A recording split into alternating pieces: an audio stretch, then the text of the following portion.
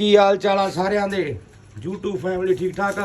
ਲਓ ਕਰੋ ਬਾਈ ਸ਼ੌਂਕ ਆ ਆਪਣੀ ਹੈਗੀ ਕਾਲੀ ਚੀਨੀ ਲੈ ਕਬੂਤਰਾਂ ਦੇ ਕਰੇ ਆ ਸਾਰੇ ਬਾਈ ਆਪਾਂ ਐ ਮੰਨ ਕੇ ਚੱਲੋ ਇਹਨਾਂ ਦੀ ਸਾਰਿਆਂ ਦੀ ਲਾਦ ਡਾਉਣੀ ਹੈ ਕੀ ਆਪਾਂ।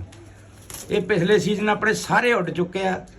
ਕੱਲੇ ਕੱਲੇ ਦਾ ਸ਼ੌਂਕ ਕਰਾ ਦਈਏ ਫਿਰ ਤੁਹਾਨੂੰ ਯਾਰ, ਤੁਸੀਂ ਇੰਨਾ ਪਿਆਰ ਕਰਦੇ ਹੋ।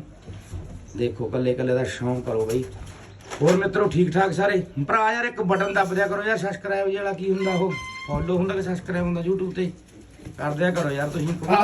ਟੋਬੇ ਵਾਲੀ ਦਾ ਬਾਪ ਹੈ ਟੋਬੇ ਆ ਭੈਣ ਤੇ ਜਿਹੜੀ ਟੋਬੇ 'ਚ ਡੁੱਬੀ ਸੀ ਉਹਦਾ ਬਾਪ ਆ। ਇਹ ਆ ਬਹੁਤ ਤਕੜਾ ਉੱਡਿਆ ਸੀ ਬਾਜੀ ਤੇ 11 ਮਿੰਟ ਪਹਿਲਾਂ ਹਰ ਗਏ ਸੀ।